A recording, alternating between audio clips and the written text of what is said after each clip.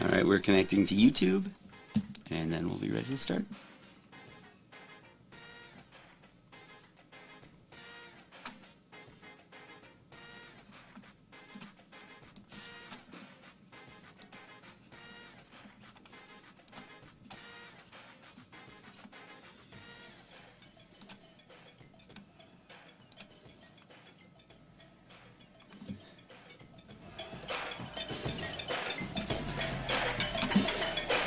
All right, Rich, I'm going to close the door, and then it'll be all you. Sounds good.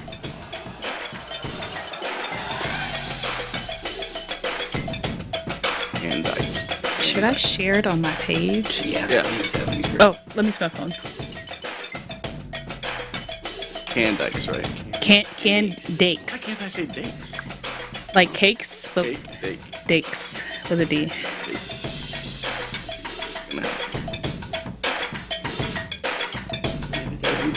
Oh, that's the best thing. It just happened to happen once. It's okay. I'll just have to correct you. It happens every day, so I'm used to it right now. I'll just put the phone on silent too. That's funny. I was going to say, I don't expect you to remember everything. That would be crazy. Problem is, I expect myself to remember everything. High expectations. Dakes. Okay, I'm trying to share it. 1 second.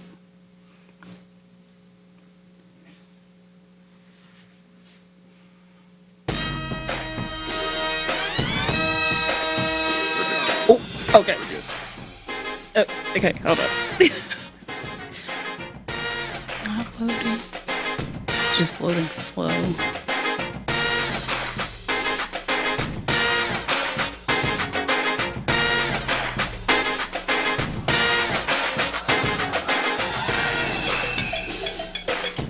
I wonder why it's loading so slow. Come on.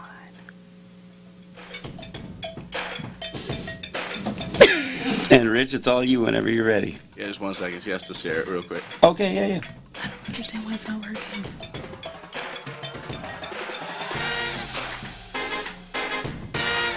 I might have to have her do it. And actually, since we did it with the YouTube people, I'll say it again. Welcome to Black and Rich Podcast. We'll be starting just any second.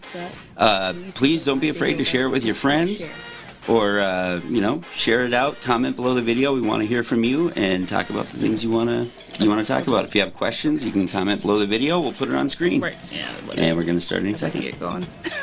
All right, let's get started. Thank you, everyone, for coming back to the Black and Rich Podcast. Podcast designed for Black entrepreneurs to learn how to get in business, stay in business, and like the title says, get rich. During the pandemic, 50% of Black businesses closed their doors. But NPR reports that since the pandemic, there are more Black businesses open than before the pandemic. And that is started by, number one, by strong Black women. Black women have been taking up the banner for businesses and growing like crazy. I'm really excited today to have Rashonda on with us with Candikes, a piece of Candikes. Please correct me if I'm wrong. Did I get it right this time? Candikes. Oh, that's fine. So Rashonda, tell me, how did you start a jewelry business, or why did you start a jewelry business? Well, I remember when I first started, I was a CNA, and I was just like, this is not for me. I love to work with my heart, and I have to find some type of way to put my passion into something I actually love. So I wrote out a list, and jewelry was on the list. And so I was like, this is perfect. I'm always empowering women anyway. This would be like another tool to empower women. Okay. So how do you even get started? So, I want to do my jewelry. How did you first get started with it? Well, first you have to master the technique and sketching. So you're sketching all these like as art pieces first? Yeah, you have to be able to sketch it, and then two, you have to figure out how to sell it. Yeah. So was there like one or two ideas that you already had in mind, or was this totally from scratch when you started? So I've always been like really obsessed with jewelry. I was like always that person in high school that wore like way too much jewelry. Okay. And I was like, okay, well, let me figure out how to make this jewelry. And so I would buy like jewelry and like try to like replicate the technique and like buy all the tools. But that technique part is like the strongest attribution to a jewelry business, especially if you want to be a handmade jewelry business. Now, if you want to do other avenues, you have to do a little bit more research, but it's very much doable. So all your pieces are handmade? Majority of them. Okay. And then, so you knew you wanted to do the business.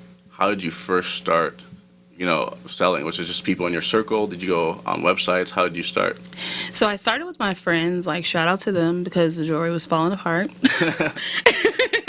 So how long did it take you before it was so you started in 2019, correct? Yes. So how long did it take you before it was falling apart to all right, this is what we want? Depends on the technique. Okay. But the techniques that I was using when I first started, I started out with 10, and I kind of just gradually just expanded from there. But yeah, I started with 10, and first it was a simple string bead, and then it was okay, well, waist beads are cool, everybody is into them. So I did some research about waist beads and what they mean and how to wear them, and just a lot of research what type of bands to put on, what type of beads and things like that. So that's where I started with waist beads, and then I gradually went to other different things. Okay, so I'm not gonna pretend like I know jewelry. I don't wear any, but so once you got those basic techniques down, how do you go from friends to now I'm selling as a business? So I lived at the time when I started my jewelry business. I lived in a small town. I lived in Wichita, Kansas. So everybody knows everybody. So it was okay, I sold to my I guess you can call them hot sales. Those are your friends or people that are going to support. It doesn't matter what you sell; they're going to support it just because it's you. So I started there, and they began to tell their friends, hey, this is where I got this necklace from. This is where I got this headpiece from. This is where I got it from. So then I started getting sales through referrals. And then I remember there was a pivotal point where I was man, this is really a business. I need to figure this out. And I had reached out to my friend. I'll never forget. I reached out to my friend, Blake Edwards. He does graphics designs for really high profile people like Kanye West. Wow. And I was you have his number? I do. But I was I need a logo. How do I do this? Yeah. And I remember he gave me this survey, and he was okay, I need to know a little bit more about what you're trying to do, your brand. And the whole time, the survey was my business plan. Wow. It was the start of my business plan. And I was wow, that is so crazy. So then I learned, okay, this is how you plan this. And then I had to learn about the financial part of okay, so how do I execute this on a a larger scale than just my warm sell people. Yeah. So were you originally from Wichita? Was that the area you grew up in? Yeah, I'm from Wichita, Kansas. That's where I grew up at. Wow, okay. So Yeah. how'd you end up in Minnesota then? So one day, my family is actually from Chicago. And one day I woke up and I was yeah, I'm tired of the small town. I want to see something big. Where's the skyscrapers? Yeah. And so I moved to Chicago with me, my husband, our 4 kids, my little baby. She was actually maybe 2 months. So as we were driving, we had to stop to feed her and tend to her and everything. And it was just a faith jump for me. It was okay, if you're gonna do this, do it for real. And I moved to Chicago, and it was just too fast. Business-wise, it was amazing. But for my family, it was not. It was too fast for them. They're coming from Wichita, Kansas. Yeah. And so I was I prayed. And my friend was she called me, and she was have you tried Minnesota? And I'm Minna what? You said where? Yeah. Do people live there? You know what I'm saying? Because you never hear anything about Minnesota. And I honestly, after I did the research, I checked the numbers. I checked everything that my family would need. I checked everything that my business would need and the markets here and is my target audience even here. I was man, this all checks out. And so we moved here, we did the same thing. Faith jump, Minnesota. So I've heard kind of what you said, talked about family-wise. I've heard a lot of business owners talk about that family-work balance, how that's really difficult, especially as a new business owner. How were you kind of able to navigate that avenue when you started a business? So when I first started, my children were a lot smaller. So I feel like my journey was like, I don't want to say delayed, but it was a lot slower in the beginning because I still had to be a mother. I still had to show up for my kids, and everything. But as they got older, they started seeing me doing it so much, they began to be interested in what I'm doing. And so they're like, well, Mom, can I help with this? Can I help with that? And so now, like, it's more like on the back end of it, it's like a family business. Everybody has like their little role of what they do. Like right now, my daughter's here on set doing behind the scenes for me, but it started to be like a family business. And I feel like that's the best way to be able to balance it all. You have to include your kids in what you're doing so they can see, like, this is why mommy needs this 2 hours to do this. This is why mommy is in the meeting for this. They can see why you're unavailable. Yeah. No, I mean, I think we talked about it a little before the show is that, like for me, I got into the finance business because my dad, when I was young, started me on stocks, right? And I learned how to trade. And so I think I guess I think it's important. Do you think it's important that, as a Black community, we start training our kids earlier into business, into life? I think so. And, a lot of people go into it with this mindset of like, oh, I don't want to force my kids to do anything. I don't think of it that way. I feel like in my business, my children are interested in different things. And I do a lot of vending events. And so maybe they're not interested in what I'm doing, but there might be some other Black businesses out there that is something that they're more gravitating to. And they could, just every time they see them, they have the opportunity to ask them questions. The more you include your children in business, the more they'll be able to figure themselves out. I don't personally believe that you have to have a degree to be successful. Yeah.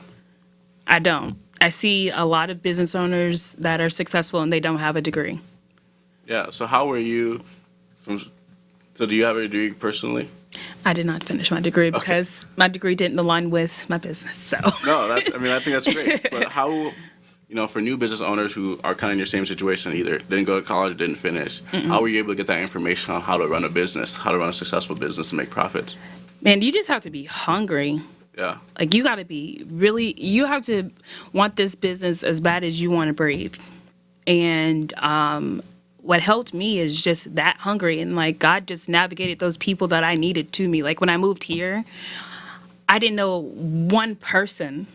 And my business has been the most successful here because I did not know one person. Yeah. And I didn't have a choice but to go out there and go to those networking events. I didn't have a choice but to go to the Black Business Ball and hand out my business cards and let people know who I am and what I do. I had no choice. Yeah. Let's talk about the business ball. You won an award there, didn't you? What was that? Yes. So in 2021, I won Startup Business of the Year. So shout out to the Black Business Ball. So what were the criteria? What were they looking for? You just had to be like a brand new, like emerging business. And honestly, I didn't think I was going to win. Like, I swear to you, I didn't think I was going to win. Yeah. At all. Like, I made a couple posts and I was like, okay, well, we'll see, Yeah. And then I went to the ball. And I remember I was sitting at the table eating my food. Like, my mouth was like stuffed. And I remember they were like, Rashonda Scott. I'm like, what's my name? Is that me? So they don't tell you before the event? No. Oh, I didn't know that. No, I did not know. So you had no idea? No, I had no idea. And I was like, wait, is that my name? That's me? Yeah. So then I went up there and I didn't even have, I'm so humble about those types of things. I didn't even have a speech prepared. I just was like, okay, well, we're just going to go with our heart up here. Did that have an effect on your business? Did you see more business coming after that? Oh, yes. Yes. There is definitely a spotlight on my business. Yeah. So you've also expanded business. So you do the jewelry, and now you're going into some fashion things. Tell me about that a little bit. Yes. So this year, I decided that I wanted to take my brand to the next level, and I started to do fashion shows. I had got invited by one of these designer named Dante Phantom. His brand is called House of Phantom in New York City, and so we did Fashion Week New York this year. And we have also done Fashion Week Minnesota. We did the Proximity Show, which is a show that was for emerging designers. And then I have another show coming up with this brand called Melevated. There's other couple of brands that are there, but it's going to be super dope. I'm so excited about it. There's going to be like celebrities there hosting. There's going to be a celebrity DJ. Hold up. So when's the show? When's the show at? What celebrities are I'm going? selling it. So what day's the show at? The show is July 29th. It's Okay. from 6 to 9. Where's it at?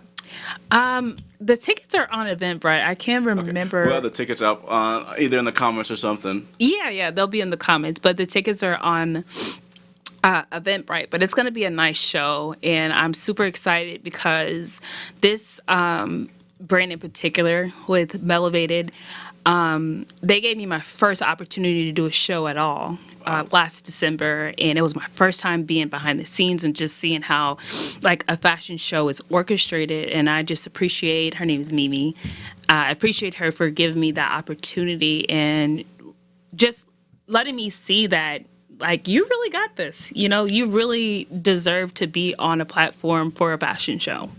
Yeah, so this is completely away from my world at all, so you have to explain some things to me.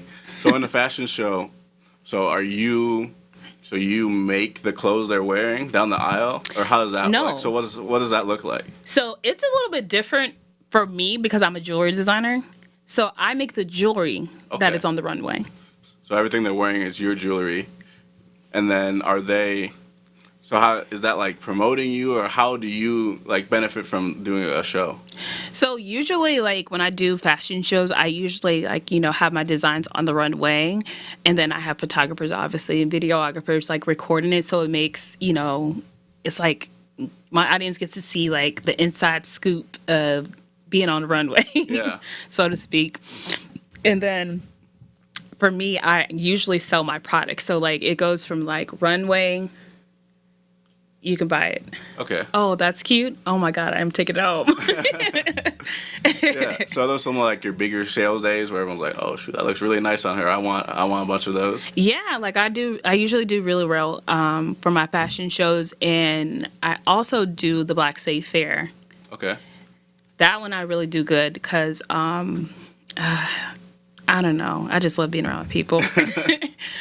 People be showing out. Yeah. So then kind of talk about like the economics of it, right? So, we're all about making money. Mm-hmm. So was there a point you were running your business where you weren't making money? And when did that really start? Because I think a lot of people got to come into business thinking, I'm going to start making money right away. How long did it take you to really start making money? So in the beginning, I was making like, it felt like pennies. It felt like I was working more than I was making. Yeah. But I feel like when I started selling waist beads, and that's when I started making a lot of money because during the pandemic, people were home thinking about like, man, I got like 15 pounds I need to lose, or, I want to lose this 100 pounds. But I'm a little terrified of the scale. Yeah. You know what I'm saying? Like, it gives me anxiety, and waist beads help, relieve that anxiety. It's like you could like just be on your journey and like just be more in tune with yourself. And that's when I noticed how to sell products. Yeah. Like, because they were going so fast, I had so many opportunities to learn, like, okay, what is the life of a sale for me, like start to finish, from the time that the person is approached with a product all the way to the end. What's the follow-up look like? Yeah.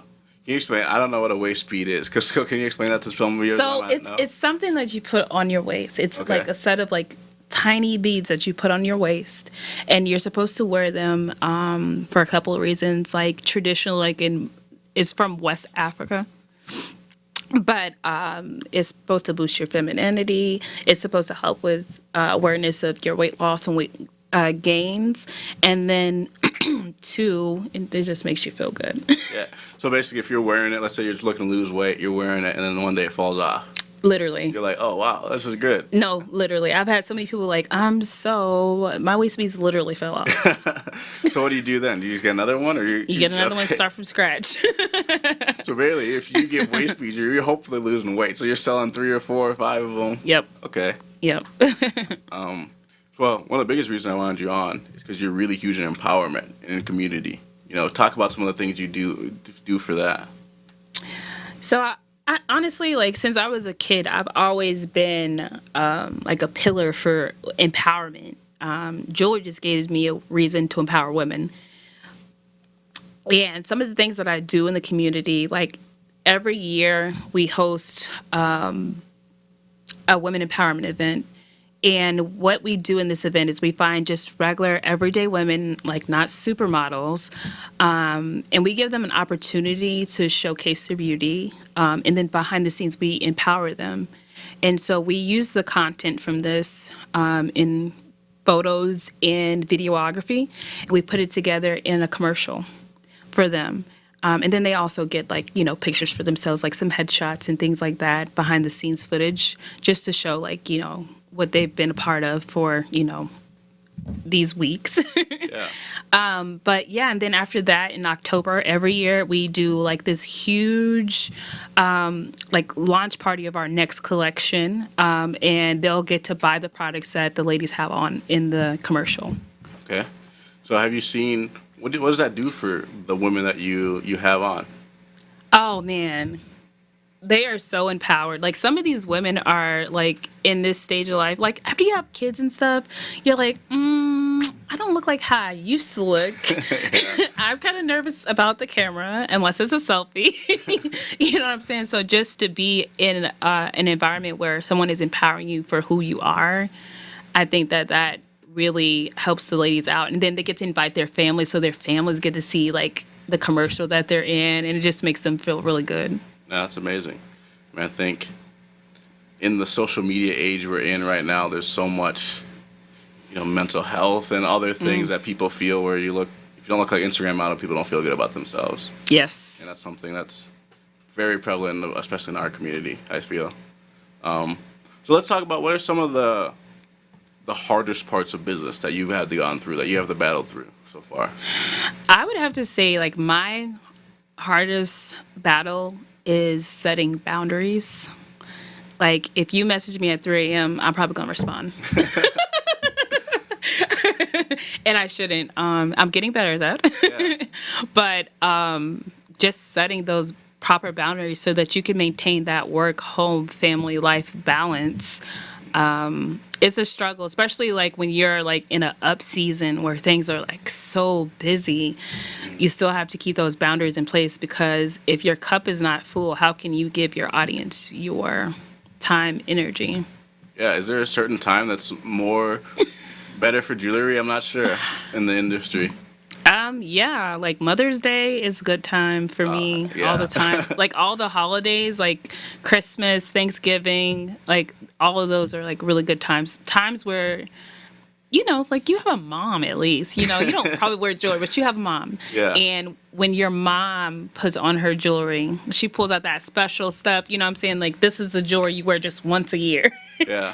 Those are my times where I sell the best. And a lot of the women that do a lot of vending events, they'll buy it, and I'll be like searching on their social media. It's like, I'm sure she's gonna wear it today. Today's gonna be the day she wears it, and they don't wear it. Like I've had people that didn't wear their jewelry for a whole year because they were waiting for a specific moment, like graduation, like prom. You know, just something that's like impactful, and I love that.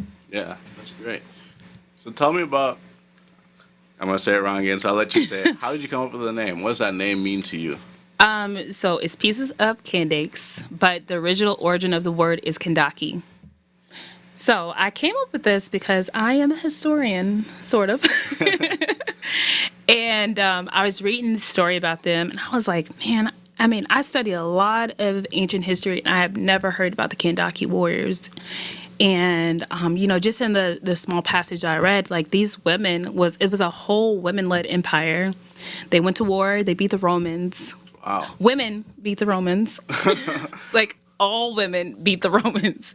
And I was just like, man, why aren't people talking about this? So, you know, I just decided to pay homage with my business. What area were they? I don't think I'm familiar with them at all, honestly. Nobody is, it feels like. But if you come to my vending table, you're going to get some jewelry and a history lesson. Was that the movie that they just? Oh, there was a movie. Oh, The Woman King. Yeah, The Woman King. I actually saw No, that it one. was not The Woman King. It's a different place. Yeah, so their temples are actually still standing. It's in like Sudan. Okay. Ish. It's Eastern Africa. Yep. Okay. Oh, so you got into business. You were working for a while. It sounds like you're making the jump to go full time. Is that right? Yeah. I just feel like when you're on that fence right there, it's like, well, whose business am I going to take care of? I'm going to take care of your business or my business, but I can't take care of both of these businesses. Yeah. I can't. So was that scary for you to do? I know a lot of people I talk to are like, what if the clients dry up? What if this happens? What was just, I'm ready. But what if they don't? Yeah. That's what I think. What if they don't? So you're optimist. Yeah, I'm very optimistic. Like, what if this is your season and you're too scared because you're used to this fixed income? I think what helps me, especially with what I do, my vending events. So I think when I was working my 9 to 5, I was getting paid like $27 an hour. That's still pretty good. Right. But when I do my vending events, I make $100 an hour or $200, sometimes more than that. Yeah. And it's just like,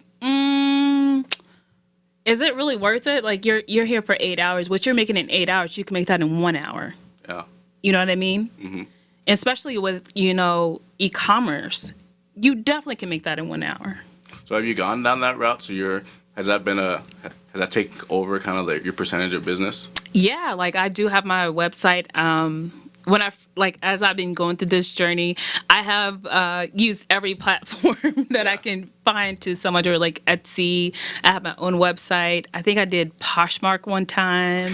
I've just done so many different avenues, and I've even I was offered to do the Black Accelerator program with Amazon. Wow. So that's another stream of income. And I think what gives me the confidence to do this is there are so many ways I could sell jewelry. I don't have to just be like, okay, well, vending is my only way to sell jewelry, or my website is my only way, or social media is my only way. There's so many different avenues. So that's what gives me peace. If I do the work, then I will make the money. Yeah, definitely. So product-wise, what's kind of the range of your products, like price-wise? Is it, what's like the top range, and then what can someone get for something in between or lower? So some of my products, you can get some of my products for like $15. Some of my products, you can get them for $50 to $100. I do custom stuff too.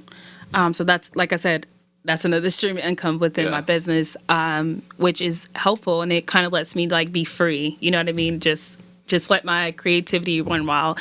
But some of my custom orders, even they range from $200 to $500. So it's pretty affordable, honestly, for $25 for most people. Yeah, it's very affordable, and that's something that I wanted to do. I wanted to have products that was within your budget. If your budget is $500, there's something for you. If your budget is I only got about $20, I have something for you. Yeah. So you make all the products, correct? Most of my products I do make. I have gotten to a space where my business has grown so much that I am not able to make every product because there's only 24 hours in a day. That's what I was going to ask. How do you, as your business grows, have you thought about what does expansion look like? What happens when I have 10 times more orders than I do today? What does that look like for you? That's where I'm at. I'm in that season of just, it's the incline. I'm definitely in that season. I just hired an assistant. Okay. I'm learning to outsource because I feel like a lot of business owners, we get in this space no, I got it. What happens when you don't?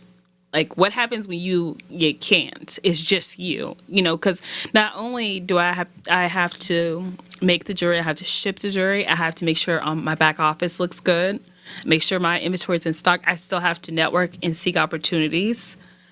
And there's only 24 hours in a day. You still have to be a mom, and you still have to 8 of your hours are definitely for sleep. Yeah. At least. You know what I mean? Yeah. So it's I'm to a space where it's me saying I'm doing it by myself. That's not even an option anymore. No, that's one of the biggest things when I work with business owners that I think they make a mistake on, and they're really, really stubborn on a lot of times, is that you cannot be every hat. No. I have like restaurant owners where they're the only cook. If you're the only cook and you have huge orders, that means you're gonna have to cut out business. So have you thought about either manufacturing or hiring more makers or anything like that? Yes, I am actually scouting for different areas of my business as we speak because you can't do it all. Yeah. And I feel like another space for Black businesses is we have to get comfortable with delegating. Like, it's okay to be an expert at everything in your business, but then what? I agree. I mean, I always tell business owners, especially people who are serial entrepreneurs who are looking like you're doing fashion, you're doing all this, is that you really want to get to a point in your business where everything's automated. Right, like your business runs and you're not running your business physically. I could be in Hawaii for 6 months and I know that the jewelry is going to be sold, but I think a lot of business owners have, I don't know if it's pride or what it is, but I have to do it. I have to be the one making it, and it's just not sustainable if you want to grow. But you know what? I feel like a lot of business owners, especially within this pandemic, they're first-gen business owners. They have no one to ask. They don't have any resources of people that they trust to be able to say, hey, how do I do this? Yeah. Who do I ask for help? I guess since you've done it, I mean, for new business owners, do you have resources that you use that people can reach out to that was helpful for you? Yes, I would recommend the Black Business Enterprises. Please reach out to them. They were like my saving grace when I moved here. I didn't know anybody but Black Business Enterprise. Thank God. But they really, helped me expand my business. They gave me opportunities to network. They even they do like a lot of incentives, like your business cards, if you have have a logo, things like that. Business credit, just anything that you would need to operate your business, there's an opportunity that they have. So I highly recommend Black Business Enterprises. No, I mean, Nancy's amazing over there. Literally. They have all these events. They have a lot of things that help you. Free website help, everything. Yeah. Please. I think the biggest thing I tell business owners is you're not the first one doing it. Nope. There's a playbook on how to be successful and how to get to where you want to. Don't be stubborn and doing it your own way. Obviously, you want to have your products and everything about how you like it, but there's a process of doing things. I think a lot of business owners skip steps in that process. Yeah, they do. I feel like, for me personally, I skipped the business plan part. That's the most important. That's step one. Right. And when I finally got a coach, because I got tired of trying to do it myself, my coach was like, she pulled out this pamphlet and she was like, so do you have a business plan? I was so embarrassed because I had been running my business without a business plan. Wow. I mean, you're not alone. I mean, a lot of people who do, I don't need a business plan, I don't know what I want to do, but there's no accountability there, right? Yeah, and it's always good to have something to go back to, I know I'm doing this one thing, but let's get back to the drawing board where we were supposed to do it and meet some of those goals. And then two, a lot of times, especially Black businesses, we use our own money, and these big corporations did not use any of their money. Mm-hmm. We're working on 9 to 5 and doing this business. It's like you're robbing Peter to pay Paul. And I think if I had a chance to do this again, I would have started with my business credit. Yeah. No, I think that's a big thing. People, they don't think they qualify for credit. I don't know how credit works. I don't want to take out any money. Mm-hmm.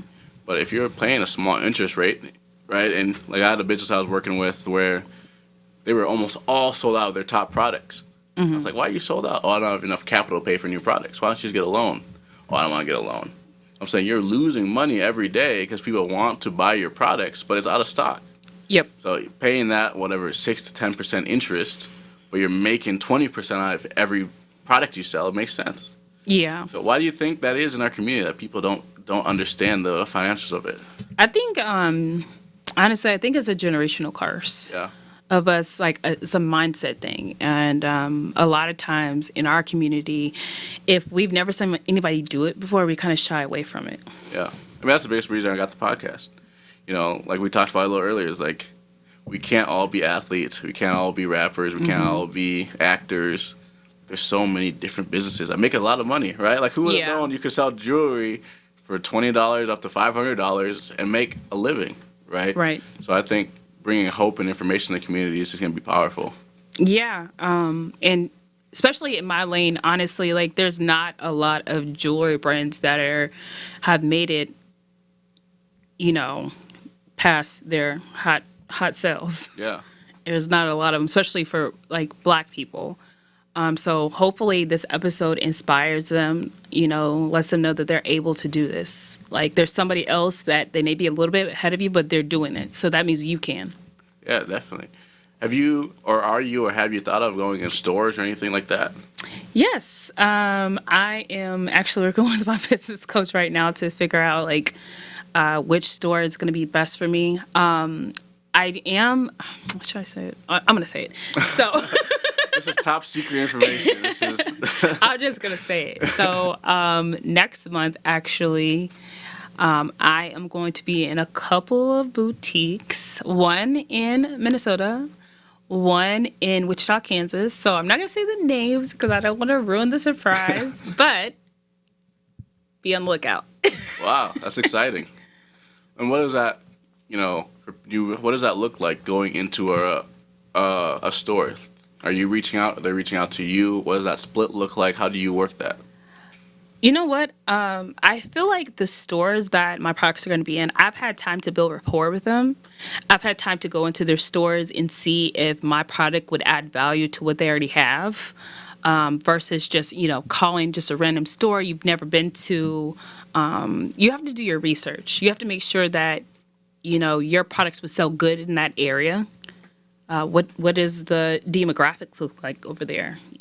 Does your target audience even shop in this area? Yeah. So when you go into a store, are you, renting out a section for a certain price, or are you putting your products in and getting a split of the profits? How does that work?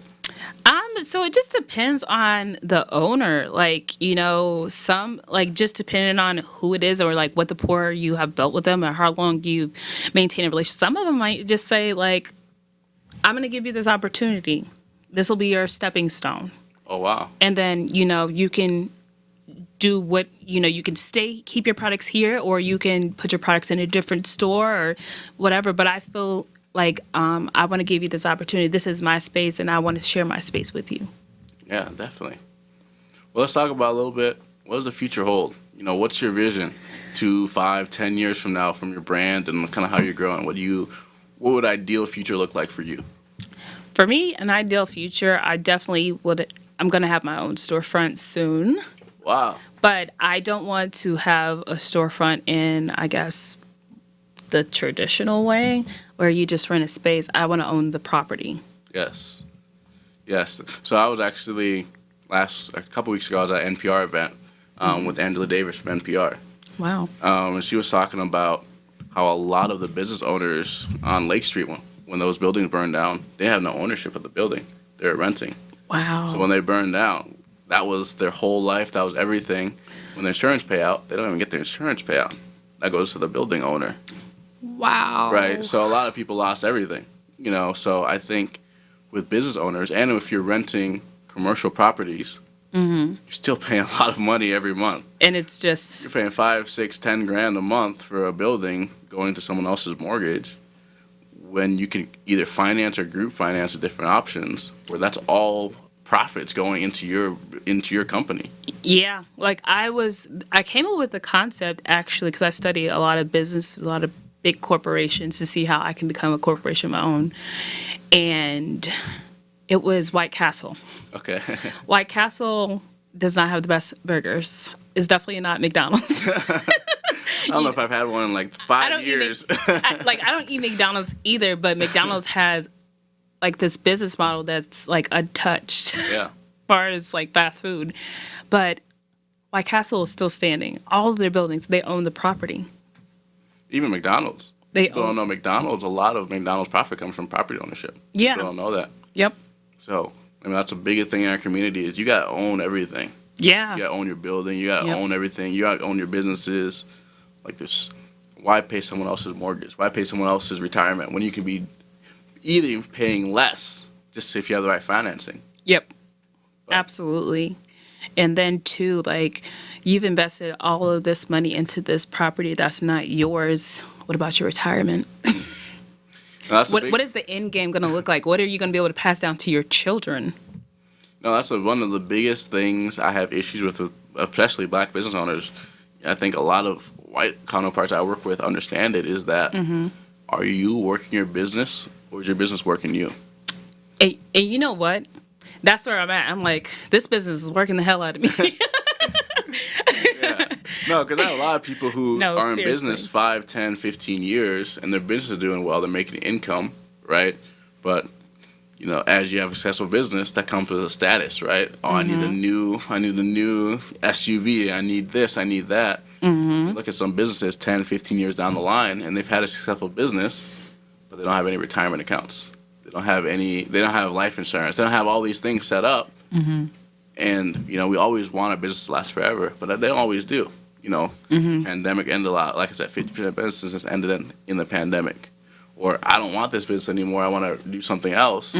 After 10, 15 years, they're done with their business, and you have nothing to show for it. You know, so I think that's one of the biggest things I'm trying to get in people's head is, yes, you can put all your money back into your business, but if your business ends or doesn't do what you want it to, what do you have left? Versus if you're putting money away every month, and you have that money left. All right, I have $500,000 for the last 15 years I've been working. I can go do something else. But that's a really hard thing in our community. I don't know why that is to get to people. I feel like it's just the mentality that we've been taught, and we don't know any better. We just don't know any better. Yeah. But you got to figure it out. Like, I make it my business to network at least twice a month so that I can learn something different. Something that I haven't been doing, so I can be around people with different perspectives.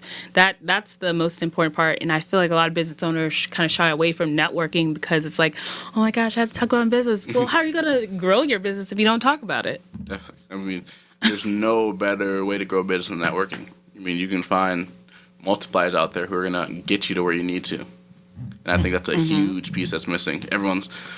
There's this myth of the self-made entrepreneur, which just doesn't exist. There's no one who's self-made. I mean, I feel like because a lot of people call Tyler Perry self-made, but he was self-made. I don't think he's not self-made anymore. He's got a team. He's got a full team. He's got investors. It's not just him. No, I mean, I think in pretty much every self-made millionaire or billionaire story, there's someone who gave them a chance. There's someone who showed them. Yes, there's no way in the world you can be self-made. There's always people behind you. Yep. And I learned that really early. Like, I was just like, well, how am I going to sell this? Like, it was back when, like, in our town, social media wasn't that big. Yeah. It was like I can make a post on Facebook like, yeah, y'all come shop. I'm at this location. You know, it was just different. And I was like, okay, well, how am I going to figure this out? So you just got to, I don't know, you just got to have some faith. No, definitely. Like a lot of faith. Faith and hard. I always say that the people who work the hardest tend to have really good luck, right? There's obviously things you can't control, but if you work really hard, it sometimes always ends up where you make it. It's law of probability. Yeah, definitely. Like, you do it enough times, you're going to get it. Yeah. So just ending up here, what would be your biggest advice? Somebody looking to get in the jewelry business, what would be advice number one? I would say, like, just do your research. Sometimes when people look at jewelry, they're like, oh, well, this is just one market. But there's several different types of jewelry. There's fine jewelry, like diamonds and things like that. There's premium jewelry. There's so many different lanes of jewelry. So figure out what your lane is. Figure out your target audience. Figure out where your target audience is shopping at and kind of mimic that. Yeah, definitely. Well, let's see if we have some comments here to answer before we finish up. What was something that was a game changer for you during the climb? Was there one event that you can pinpoint where, like, all right, I made it here, or this helped me make it? It's definitely the Black Business Ball, because I was like, I don't know, I guess like my head was just down and I was just trying to get through the goals, but I didn't realize people were actually noticing my climb and noticing my hard work, because I was just so busy thinking about the next goal and then the next goal. So that was really the game changer for me, that Black Business Ball. Like, people see me. Yeah, that recognition is huge.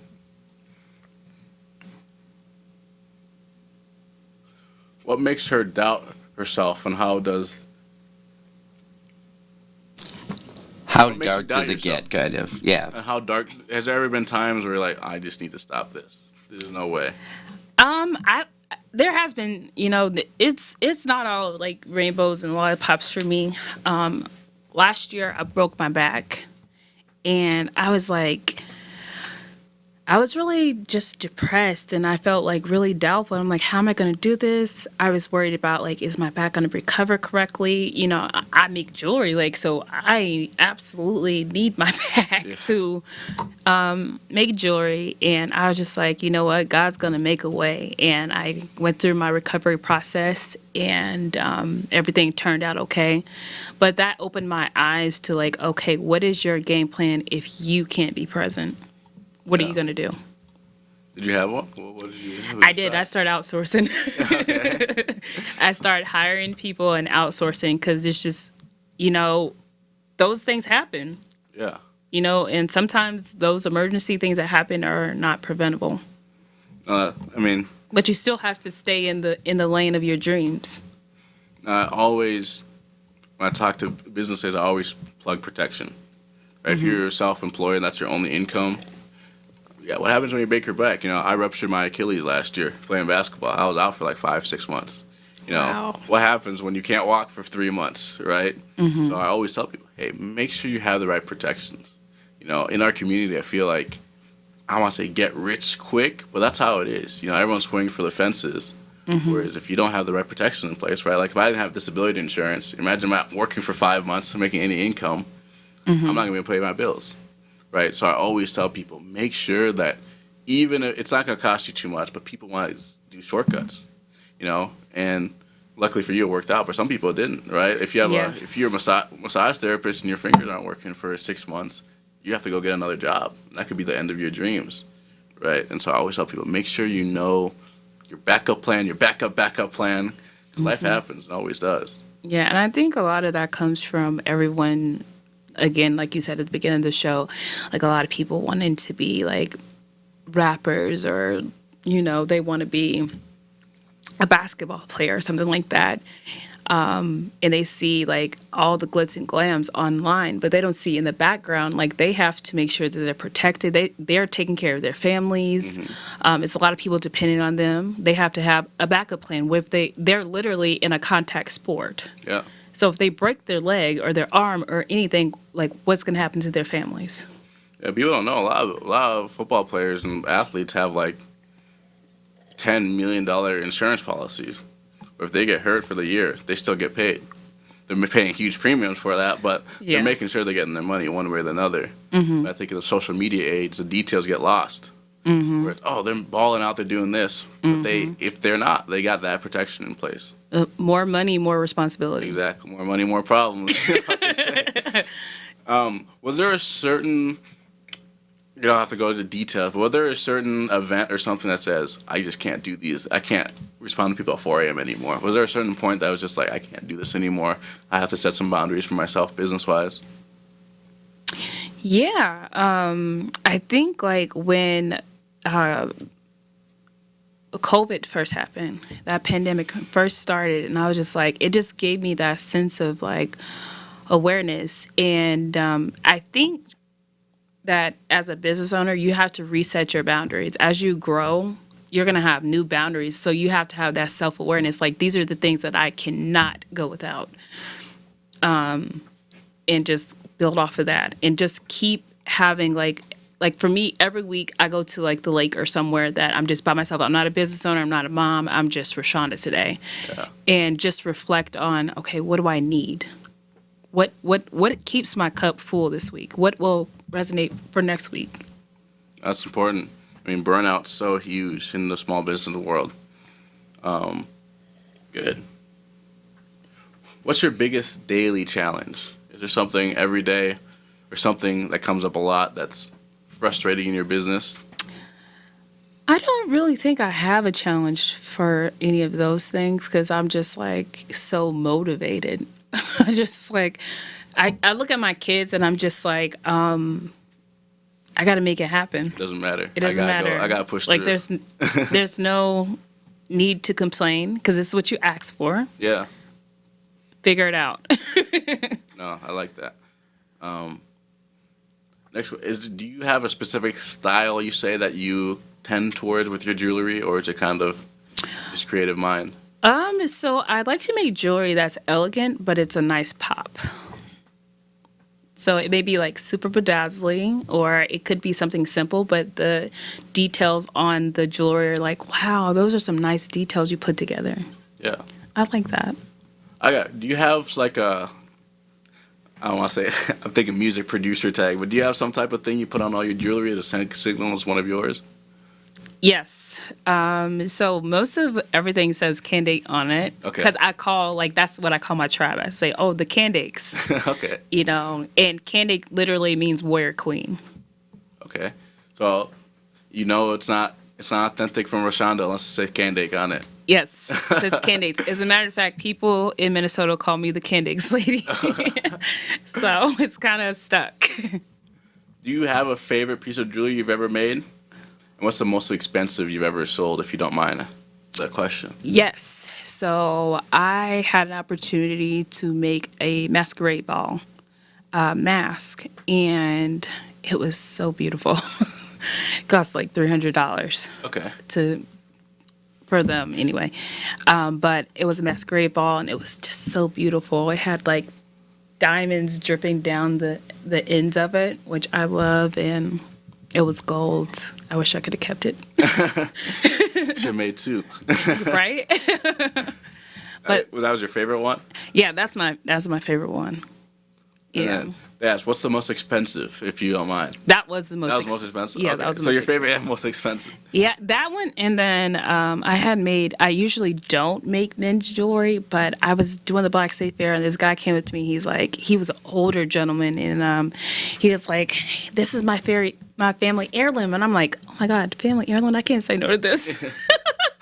So, I made it for him, and that was like, how much did he pay for that? That was a while back. I think he paid like $400 for it. Wow. Have you ever thought about going into more expensive jewelry, or just kind of like the space you're in? I am actually like kind of going into that. Like I said, my ultimate goal is to make sure that people can buy jewelry within their price range. Yeah, that makes sense.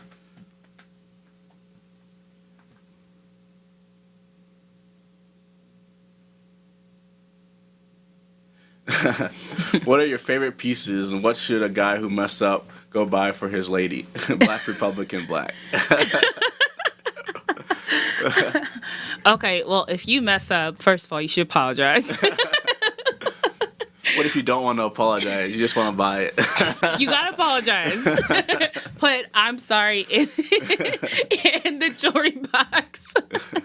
No, but I feel like this is kind of like personal. Like, you gotta study your woman and see what's her favorite thing to put on. Oh, guys aren't gonna like that answer. You got You to. gotta really work. Are you sorry or not? You So got figure to. out what type of jewelry they like. Yeah, you got to study.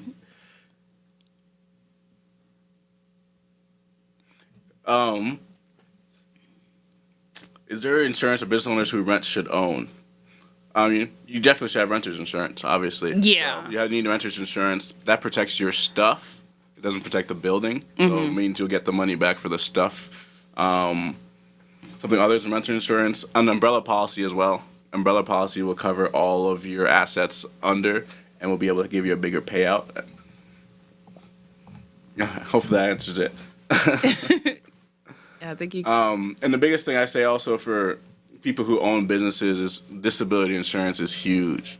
It pays you 65% of your income up to age 65. You can get another job. Let's say you can't make jewelry anymore, but I could be an accountant. You can still make your income from your jewelry until age 65 and get additional income from that. So that's something that will protect you. Obviously, 65% isn't 100%, so it won't cover everything, but at least let you pay off your mortgage and pay off your regular bills as well. Who taught You to do this? Do you have a mentor? Is there someone in the game that you look up to that you tried to mimic when you started? My daughter. It's so funny. No, actually, there's not a lot of people that I can look up to as a jewelry brand. But I do study Masika. This is a jewelry brand in Paris, and I just love everything they do. A lot of celebrities wear their stuff. There's another brand that I like to like follow and like just marvel at their brand as they grow. It's House of Malachi. Okay. And they make like all these intricate like headpieces and like things like that. Interesting. So you really just went out on your own. You didn't really have kind of the first in the field. Do you have any specific goals that you set for this year, if you don't mind sharing? Yes. So this year, it's been kind of a rocky start, but I want to be in a lot of stores this year. So that's one of my main goals to, I guess it is kind of like buying my time back. Yeah. You know, put this stuff in the store so I have like more time with my family. Are you connected with Essence at all? Essence Shabazz? Excuse me. Who? Essence Shabazz. She has her own store, beauty store. Oh, I think I've heard of her, or I may have met her. She was on the podcast. I have connected you to. She rents out shelves, so it might be a good connection for you. Yeah. As we talked about a little bit, but are you looking to raise your price point, or you're kind of set? It sounds like, right? Yeah. Like I said, there's jewelry for everyone.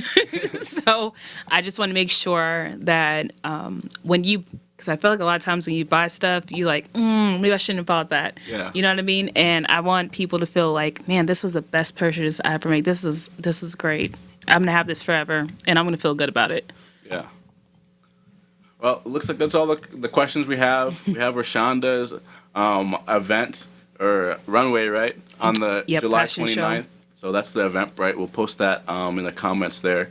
So please come out and support. Rashonda, thank you so much for coming on. You're amazing, and I can't wait to see what you do in the future. And thank you guys for tuning in to the Black and Rich podcast. As always, like I said today, 50% of black businesses went out of business during the pandemic, and that's because we have not set up our businesses correctly. We need to focus on the details and not just on the products. A lot of our businesses are really great on the products, but the details get lost. It's just as important to focus on the details of financing and payroll and making sure all your documents are set so if something happens, you're able to get help. So please, if you're starting your business, get help. Look for mentors. Look to network. Networking is how every business has ever gotten big. That's the way to grow. Thank you again for watching the Black and Rich podcast. I hope to see you next time. Thank you.